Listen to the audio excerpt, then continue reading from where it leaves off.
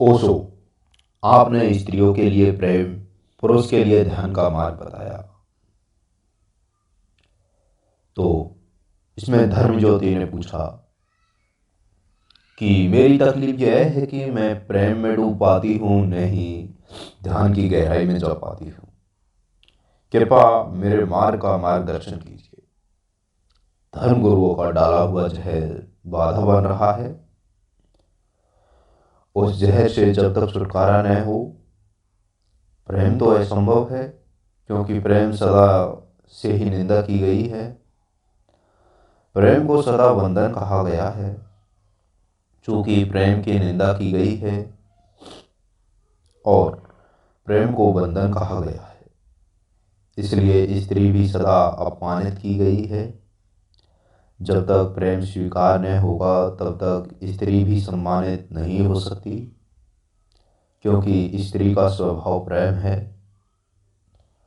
और बड़े आश्चर्य की बात यह है कि स्त्रियां जितनी धर्म गुरुओं से प्रभावित होती हैं, उतना कोई भी नहीं होता, और उनकी जड़ पर ही वे कठोराघात किए चले जाते हैं। लेकिन एक बार तुम्हारे मन में जहर फैल जाए और ऐसा ख्याल आए कि प्रेम बंधन है, तो तुमने पुरुष की भाषा सीख ली और हृदय तुम्हारा स्त्री का है। तब तुम अड़चन में पड़ो, स्वाभाविक है, पुरुष के लिए सही है। यही बात कि प्रेम बंधन है, स्त्री के लिए प्रेम मुक्ति है, और पुरुष के लिए जहर है। वह स्त्री के लिए इमरत है, और स्त्री का तो तब तक कोई धर्म पृथ्वी पर पैदा नहीं हुआ, और स्त्रियों को कोई तीर्थ नहीं हुआ, और कोई अवतार नहीं हुआ।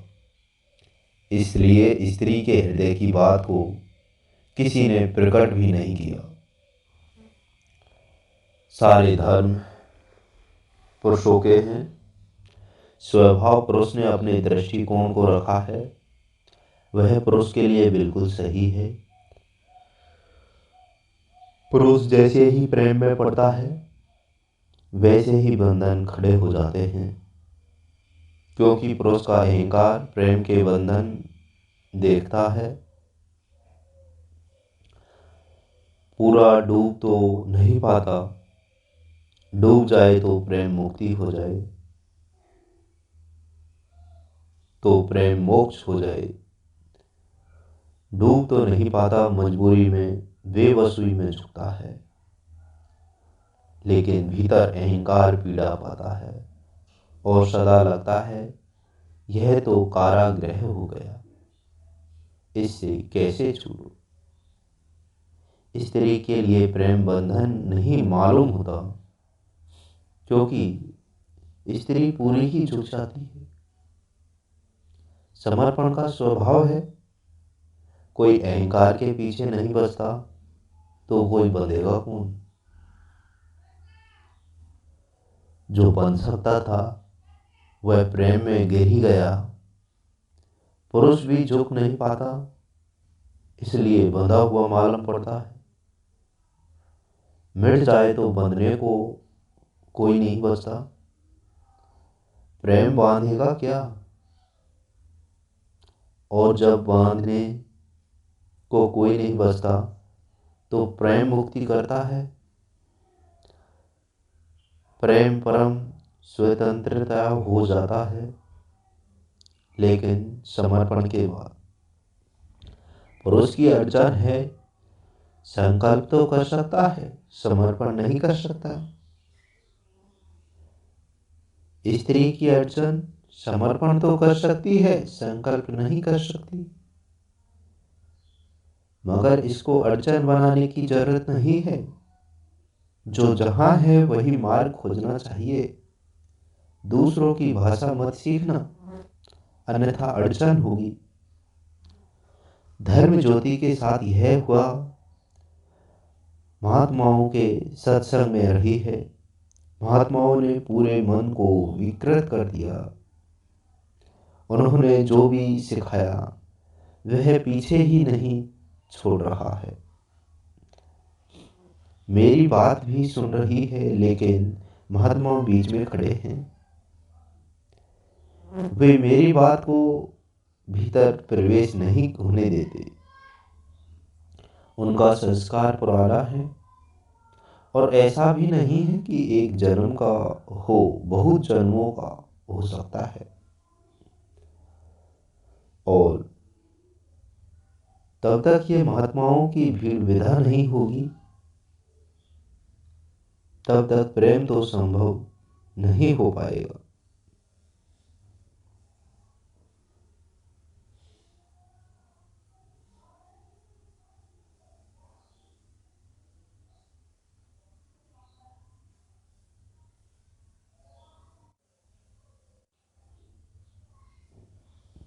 और प्रेम भी कहीं चुल्लू चुल्लू किया जाता है, थोड़ा थोड़ा किया जाता है। प्रेम तो बाढ़ है। प्रेम तो कोई हिसाब किताब ही नहीं रखता। वहां कोई गणित नहीं है। प्रेम तो तुम पूरे डूब जाओ तो ही है, नहीं तो नहीं है। लेकिन प्रेम शब्द में घबराहट मालूम नहीं होती। सदियों सदियों के संस्कार हैं। तो जब मैं तुमसे प्रेम की बात करता हूं, तब भी तुम समझते हो ऐसा नहीं है। तब भी बात तुम तक पहुंच जाती है, ऐसा नहीं है। पुरुषों तक नहीं पहुंचे कोई अड़चन नहीं, क्योंकि ध्यान से उनके लिए सुविधा है। प्रेम से ज्यादा सुविधा है उनके ध्यान के द्वारा। भक्ति पुरुषों को जमती ही नहीं। प्रेम के साथ तालमेल नहीं बैठता।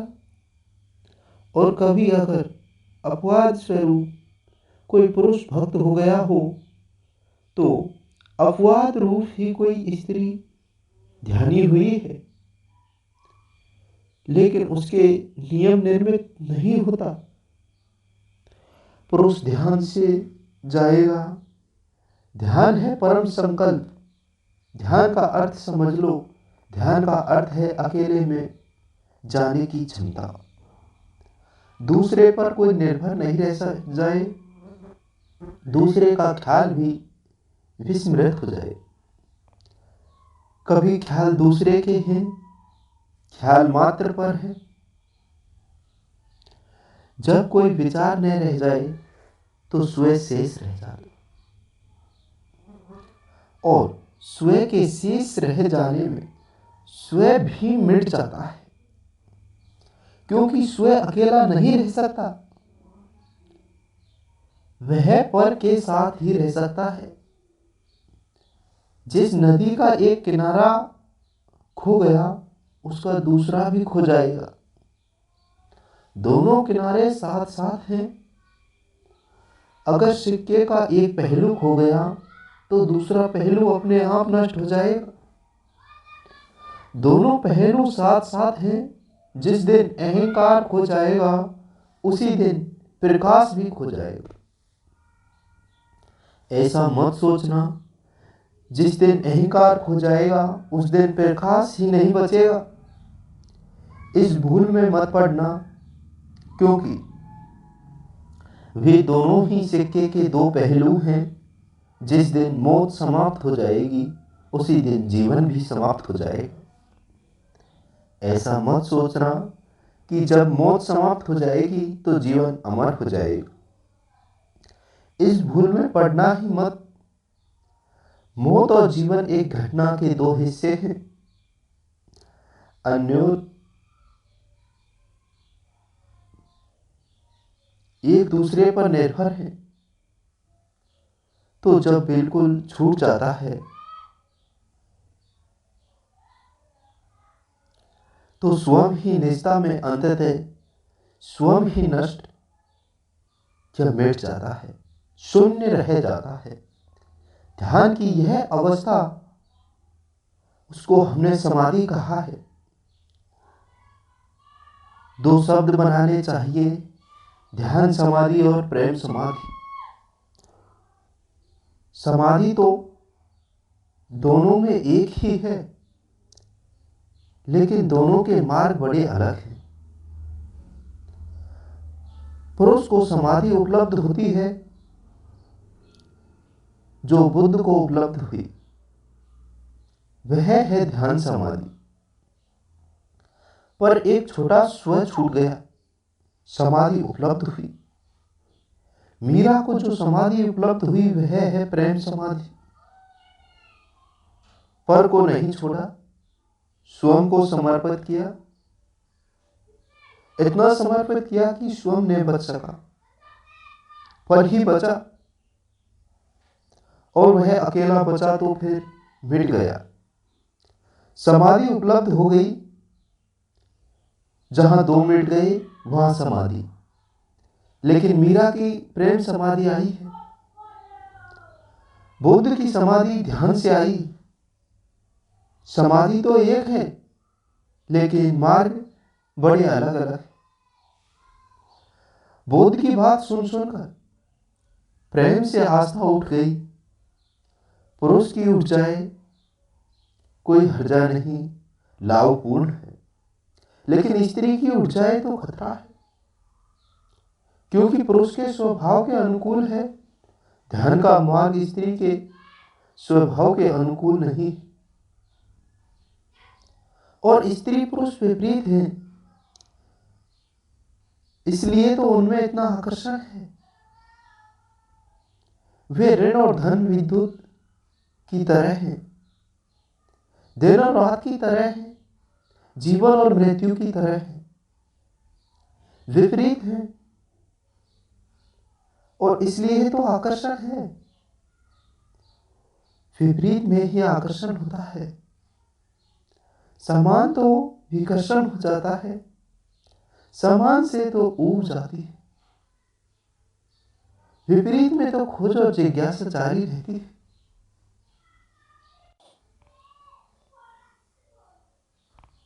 अच्छा है कि पुरुष और स्त्री विपरीत हैं, अन्यथा संसार में सब रस खो जाए। स्त्री और पुरुष दोनों विपरीत तो हों, उतना ही सुखद है जितना उनके बीच फासला हो, जितनी दोनों के बीच दूरी हो, और दोनों जितने एक दूसरे से भिन्न हो, उतना ही उनके बीच संबंध की गरिमा निर्मित होगी, संबंध के शिखर निर्मित होंगे। मनुष्य ने अपने अतीत में स्त्री और पुरुष को जितना भिन्न बन सके बनाने की कोशिश की थी, इसलिए प्रेम की बड़ी अनूठी घटनाएं घटी। पश्चिम में आधुनिक युग में स्त्री और पुरुष के पास लाने की चेष्टा की गई है। प्रेम समाप्त हुआ जा रहा है, क्योंकि स्त्री पुरुष करीब करीब समान मालूम होने लगे हैं। स्त्री पुरुष समान होने चाहिए, न्याय की दृष्टि में समान नहीं होने चाहिए। स्वभाव की दृष्टि से बड़े असमान हैं, बड़े भिन्न हैं। असमान का यह अर्थ है कि स्त्री पुरुष से नीचा है या नीची है, या पुरुष स्त्री से ऊंचा है। असमान का अर्थ है दोनों बड़े भिन्न हैं। जैसे रात और दिन की रोशनी का अंधेरा, इतना ही फासला है। कानून को समान माने, लेकिन मनोविज्ञान उन्हें समान नहीं कह सकता। और अगर समान बनाने की चेष्टा की गई तो जितने स्त्री पुरुष समान हो जाएंगे, उतना ही स्त्री पुरुष जैसी हो जाएगी। पुरुष स्त्री जैसा हो जाएगा, उन दोनों के बीच आकर्षण खो जाएगा। उन दोनों के बीच एक मधुर तनाव है, प्रेम भी है, संघर्ष भी है, मधुर तनाव है, लगाव है, विरोध भी है। कभी फूल भी खिलते हैं तो कभी कांटे भी छुप जाते हैं, पास भी आते हैं दूर भी हटते हैं, नियंत्रण भी है अस्वीकार भी है, उन दोनों के बीच यह तो बड़ा खेल चलता है। जीवन का यह सारी लीला है, जीवन की यह मधुर है, वह शुभ है, सुंदर है। जो सबका आधार यह है कि स्त्री समर्पण करने में कुशल है, स्त्री हार कर जीतती है, उसके जीतने का ढंग वही है, वह चरणों में रख देती है अपने को और सिरताज हो जाती है, वह अपने को खो देती है और पुरुष के रोए रोए में समा जाती है। इसी से पुरुष घबराता है, क्योंकि पुरुष जानता है उसका कर्ता, पुरुष का जो समर्पण खतरनाक है, उसके समर्पण में बंधन पैदा हो जाता है। पुरुष अपने को बंधा हुआ अनुभव करता है, क्योंकि उसका अहंकार है, वह स्वाभाविक है कि वह अपने को बचाए, लड़े, संघर्ष करे। उसकी यात्रा अलग है, पुरुष बहिर्मुखी है, स्त्री अंतर्मुखी है। पुरुष और स्त्री जब एक दूसरे को प्रेम कर रहे हो तो पुरुष आंख खोलकर अपने प्रेम करता है,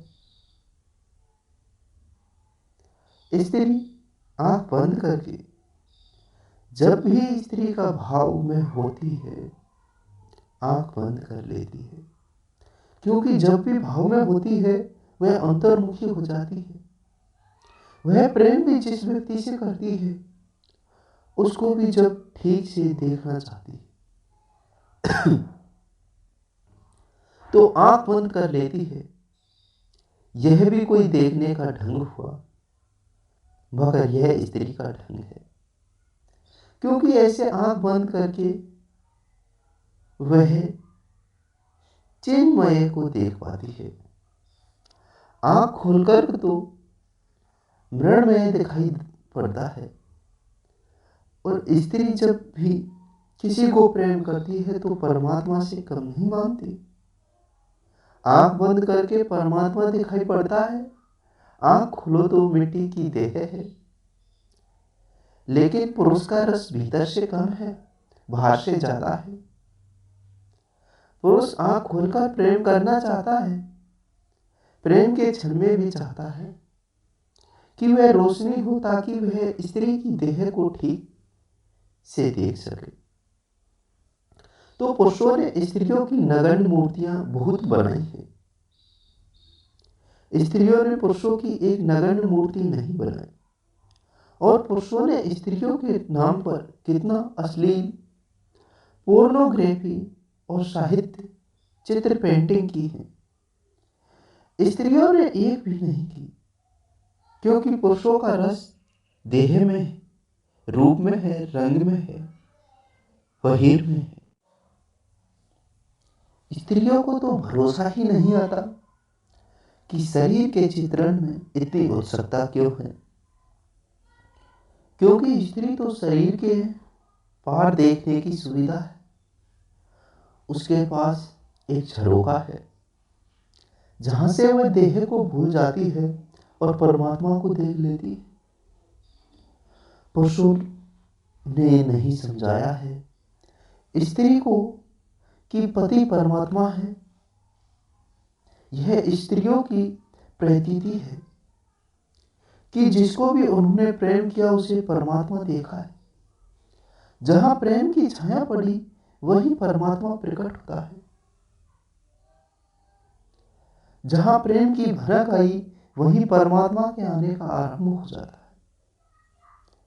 प्रेम की पगध्वनि में परमात्मा की पगध्वनि अपने आप सुनाई पड़ने लगती है। लेकिन पुरुष बंधा अनुभव करता है, उसकी यात्रा वही यात्रा है।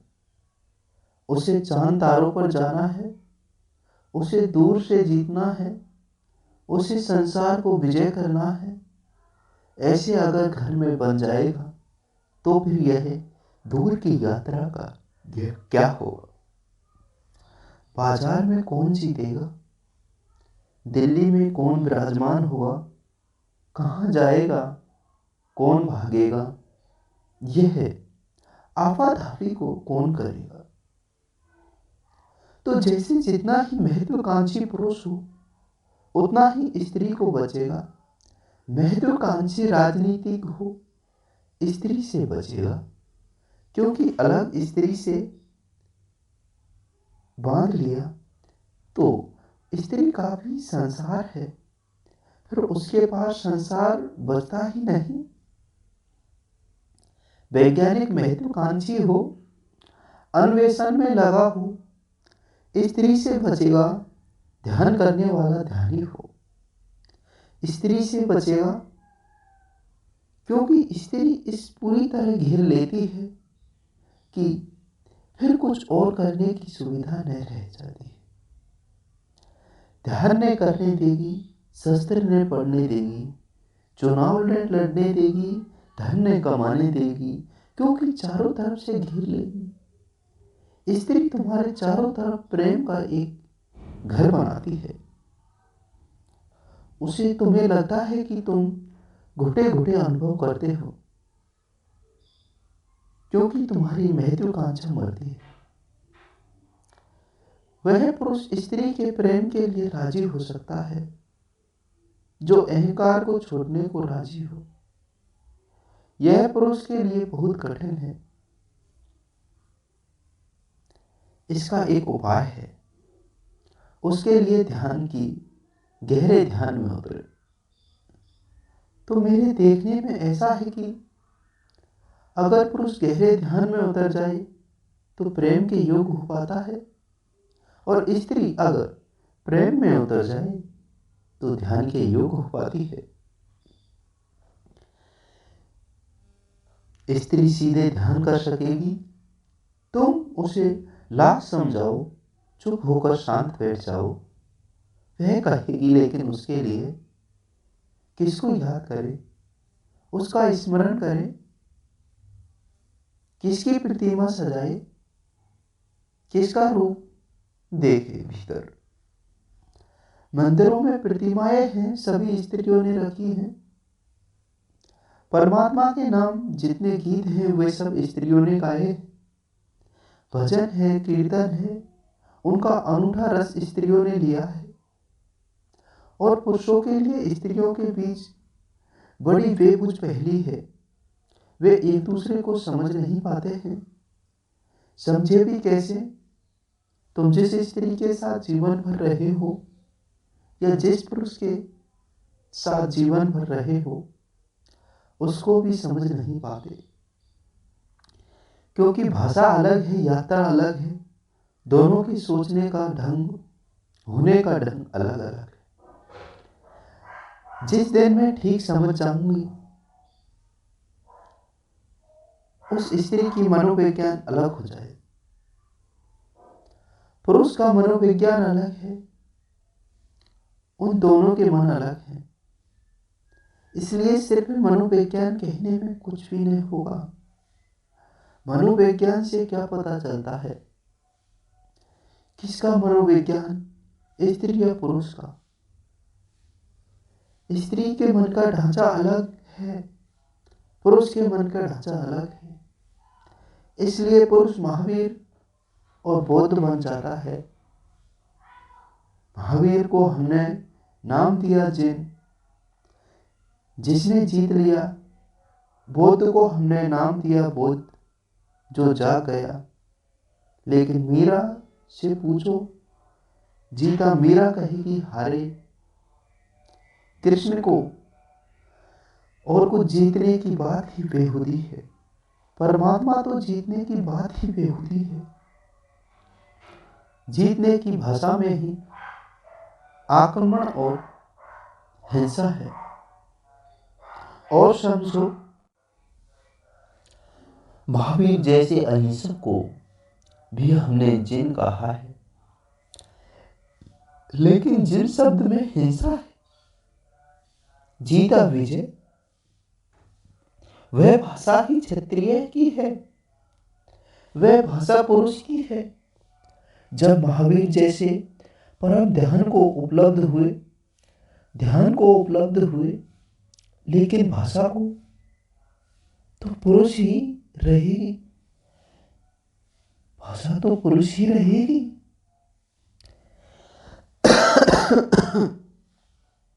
मीरा से पूछो, जीता।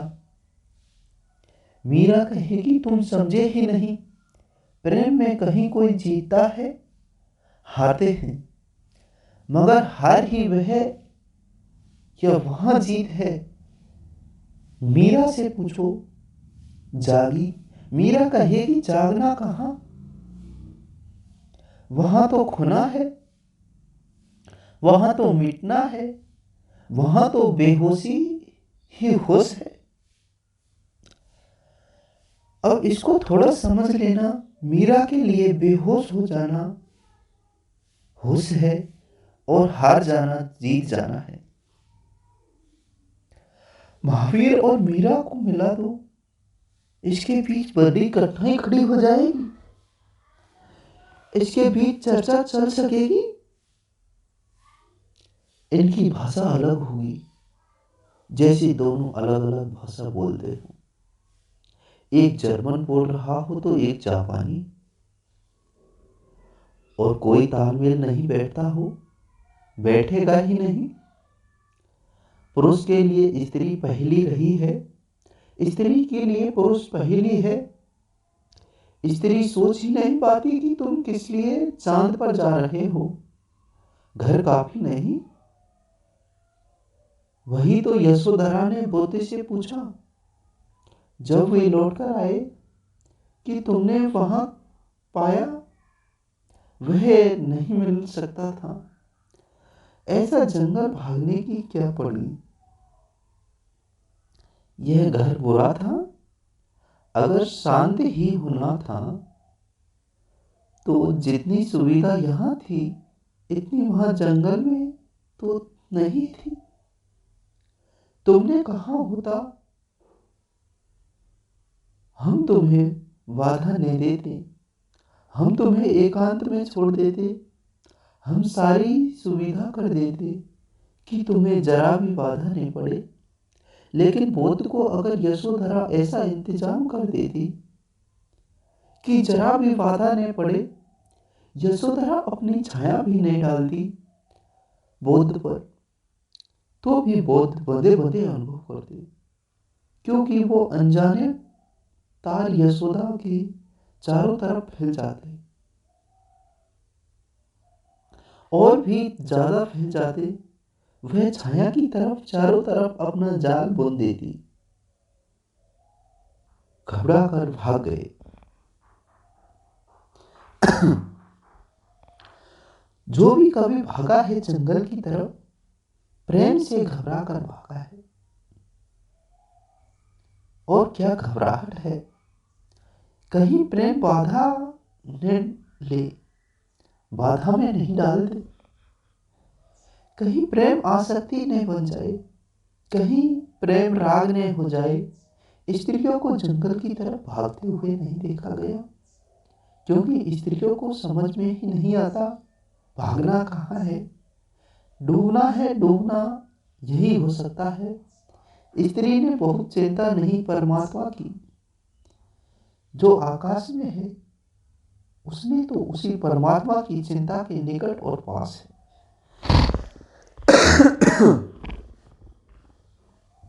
स्त्री को रस नहीं मालूम होता,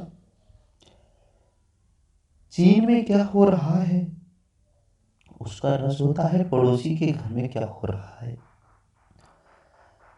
पास तो कई दफा लगता भी है पति को कि ये क्या फिजूल की बातों में पड़ी है।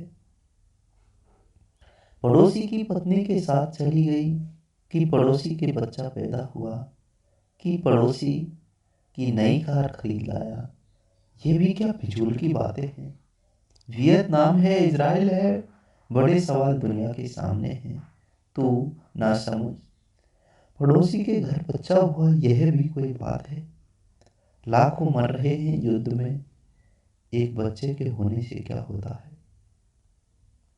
स्त्री को समझ नहीं आता कि पड़ोस में घर बच्चा पैदा होता है। इतनी बड़ी घटना घटी है, एक नया जीवन अवतीर्ण हुआ है। पड़ोसी की पत्नी किसी के साथ चली गई, एक नए प्रेम का आविर्भाव हुआ।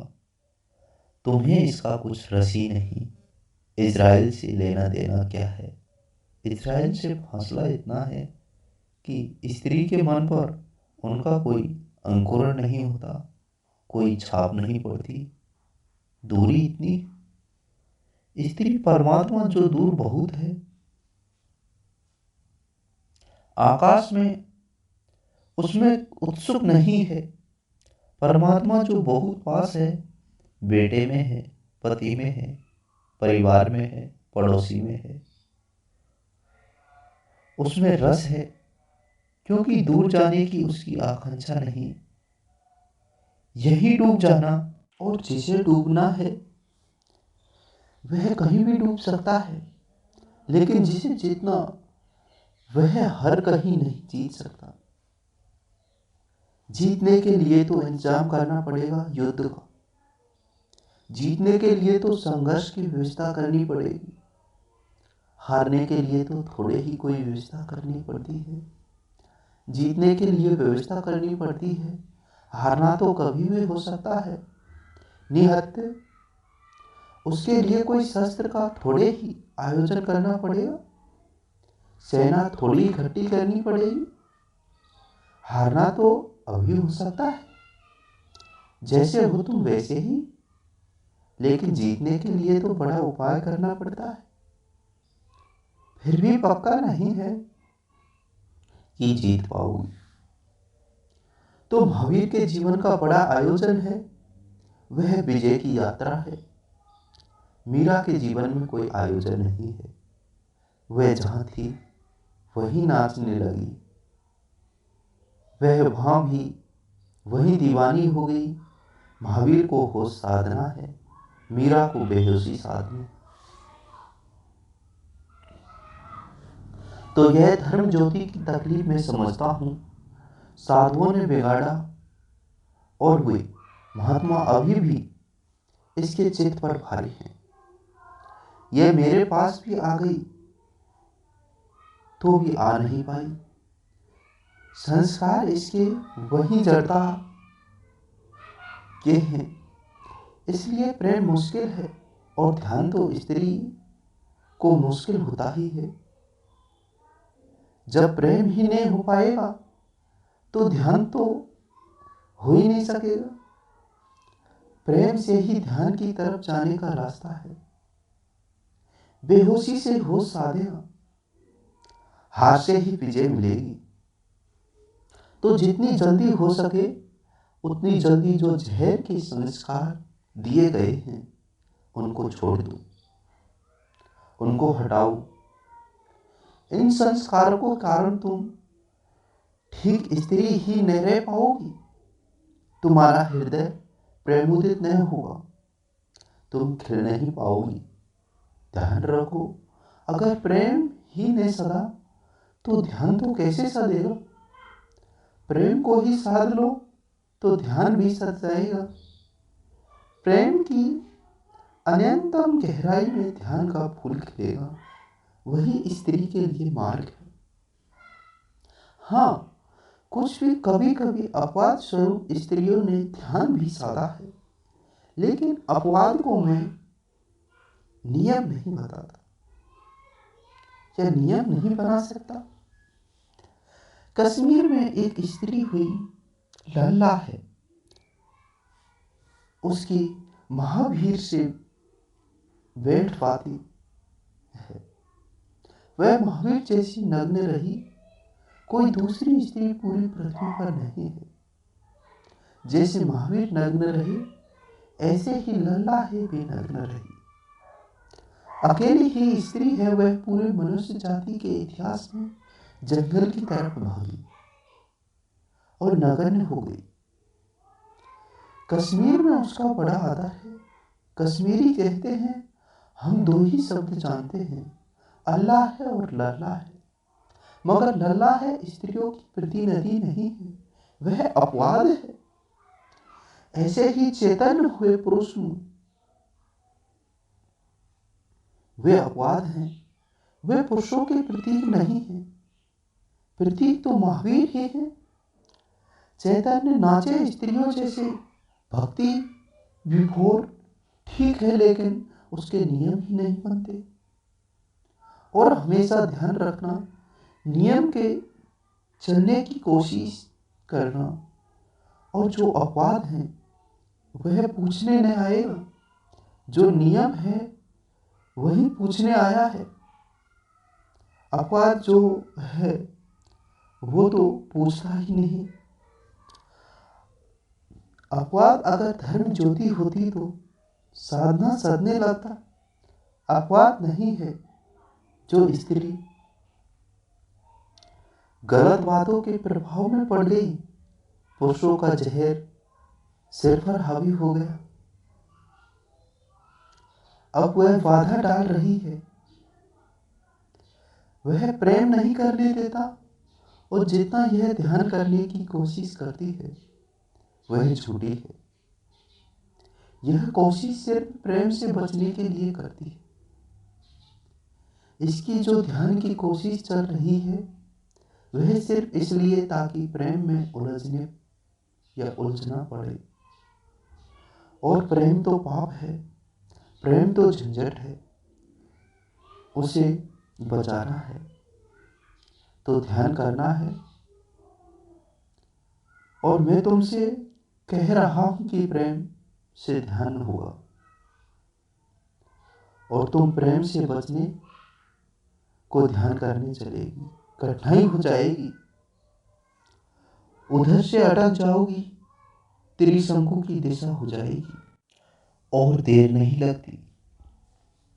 अगर समझ में बात आ जाए तो एक क्षण में छोड़ा जा सकता है सब कचरा, क्योंकि कचरा कचरा ही है, वह कभी स्वभाव ही नहीं बनता। भीतर तो स्वच्छ स्त्री मौजूद है, महात्मा बड़े बिगाड़ नहीं सकते। महात्माओं की बातचीत ऊपर ऊपर के पत्ते हैं, नीचे तो धारा बह रही है। स्त्री स्वभाव की जय। जरा पत्तों को हटा दो, भीतर की नदी प्रकट हो जाएगी। लाख पत्ते दबा लें, नदी को यहाँ पूना की नदी दब पाती है। बिल्कुल पत्तों में फिर दिखाई नहीं पड़ती, लेकिन तो भी भीतर है। पत्ते लाख दबा दे तो भी जरा सा हटाने हो, नदी प्रकट हो जाती है। मैंने पूछा था कि है मंजिल ले मकसूद कहाँ? खिचड़ ने राहें बताई मुझे मैं खाने की। मैंने पूछा था जीवन का लक्ष्य, मंजिले मकसद कहाँ? और मेरे गुरु ने मुझे राहें बताई मैं खाने की। उसने कहा बेहोशी में, प्रेम में। मैंने पूछा था कि मंजिले मकसद कहाँ? खिचड़ ने राहें बताई मुझे मैं खाने की। स्त्री के लिए वही राह है, मैं खाने की, बेहोशी की, खाने की, लीन हो जाने की, तल्लीन हो जाने की, अपने मन को इस तरह मिटा देने की कि भीतर कोई बचा ही नहीं। जिसने प्रेम किया है वही बच सके। प्रेमी बचे, प्रेसी खो जाए, परमात्मा बचे, भक्त खो जाए, और तब अचानक भगवान भी खो जाए, तब भक्ति ही खो गया तो भगवान कहाँ रहेगा? भक्त की आंखों में ही भगवान है। भक्त के होने में ही भगवान है। तब भक्त ही खो गया तो भगवान कहाँ रह जाएगा। भक्त भी खो गया तो भगवान भी खो जाता है। तब जो रह जाता है वही है। दूसरा प्रश्न, ओशो बुद्ध की मनोचिकित्सा और आज पश्चिमी मनोचिकित्सा में क्या भेद है। आज का मनोविज्ञान क्या कभी धर्म की खोज में पहुंच पाएगा। बड़ा भेद है, बुनियादी भेद है। पश्चिम का मनोविज्ञान कहे आज का मनोविज्ञान, क्योंकि पश्चिम का जो है वह आज का है, इस सदी का है। आधुनिक मनोविज्ञान मन की दृष्टि से जो रुग्ण रोग हैं उनकी चिकित्सा करता है। जो सामान्य नहीं है, अवस्थ है, अस्वस्थ है, उनकी चिकित्सा करता है। बौद्ध का मनोविज्ञान उनकी चिकित्सा करता है जो सामान्य है और स्वस्थ है। कोई आदमी पागल हो गया, उसकी चिकित्सा करता है। आधुनिक मनोविज्ञान कोई आदमी तब तक पागल नहीं हो जाए तब तक आधुनिक मनोविज्ञान से उसका कोई लेना देना नहीं है। वह बीमार को ठीक करने का उपाय है। लेकिन बौद्ध के पास लोग जाते हैं तो पागल नहीं है, वरन अगर ठीक से समझे तो होश में भर गए हैं। और अगर पागल नहीं रहना चाहते, पागल नहीं होना चाहते, सामान्य है, स्वस्थ है, साधारण लोग भी उनकी दृष्टि से ज्यादा पागल हैं। जिनको स्वस्थ का होश आ गया है उन्हें जीवन भी समझ पाली है। अब वो बौद्ध से कहते हैं अकेले स्वस्थ होने में क्या होगा, सत्य भी चाहिए, स्वस्थ होना काफी नहीं है। सत्य के बिना स्वस्थ का भी क्या करोगे।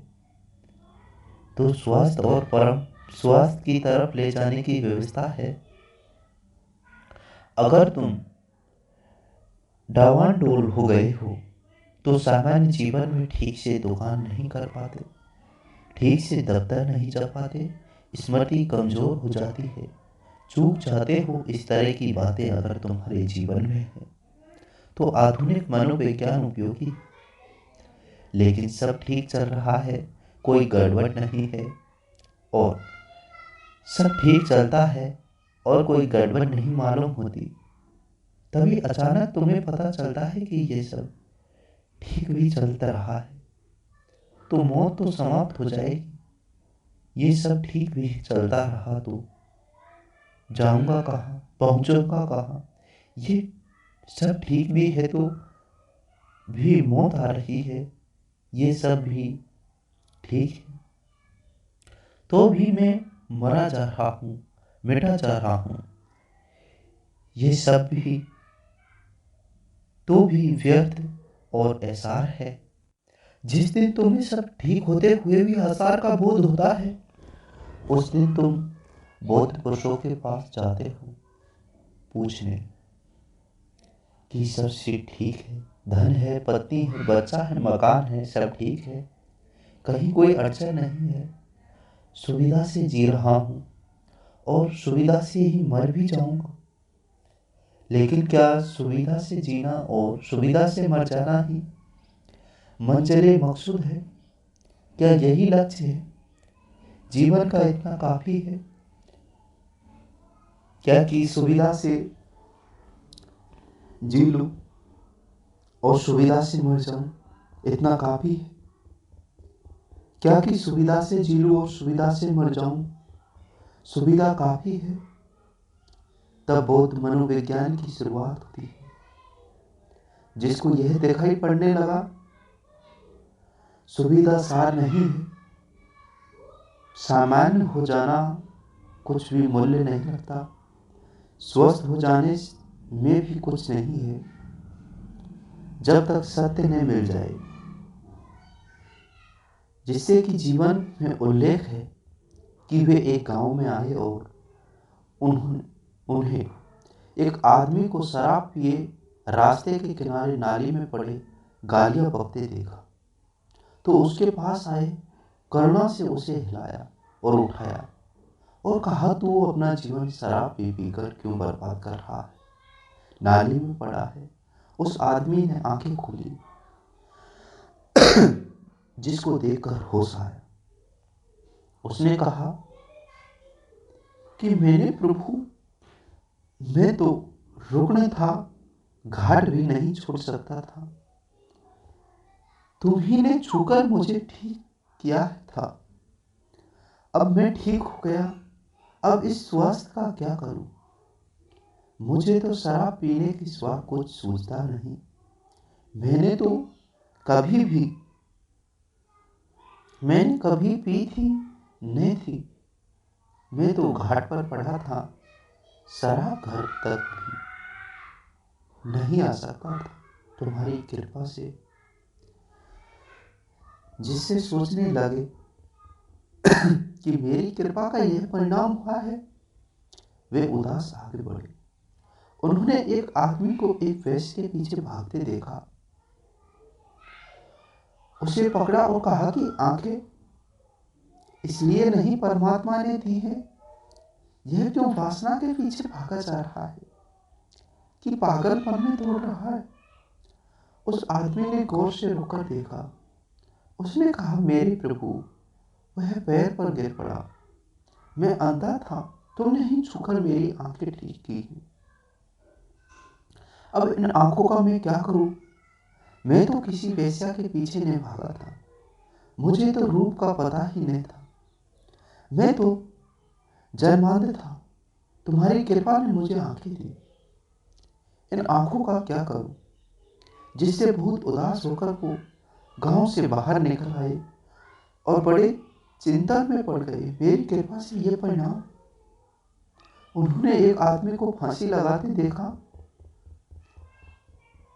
अपने को रस्सी बांध रहा था वृक्ष से। एक भागे हुए और कहा, मेरे भाई रुक जा, यह तू क्या कर रहा है? उसने कहा, अब मत रोक मुझे, बहुत हो गया, मैं मर गया था, तुम्ही ने जिंदा किया। अब जिंदगी का क्या करूं? यह तुम्हारी कृपा से कष्ट भोग रहा हूं। अब बहुत हो गया, अब मत रोकना, मैं मर जाऊं तो मुझे जलाना मत। तुम कहां से आ गए? और मैं किसी तरह से इंतजाम करके अपने मरने की व्यवस्था कर रहा हूं। पहले भी मर चुका था। जिसको तुम स्वास्थ्य कहते हो, परिणाम क्या है? गवाओगे उसे जिंदगी के रास्ते पर, किसी नाली में पड़ोगे। तुम आंखों की ज्योति कहते हो, उसका क्या करोगे?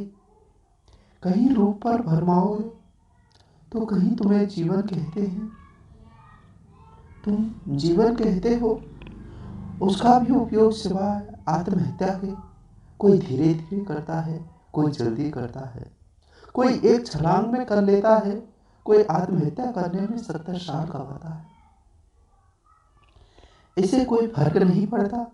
इसे पता नहीं चलता कि तुमने उस आत्महत्या करने से आदमी में कोई फर्क है।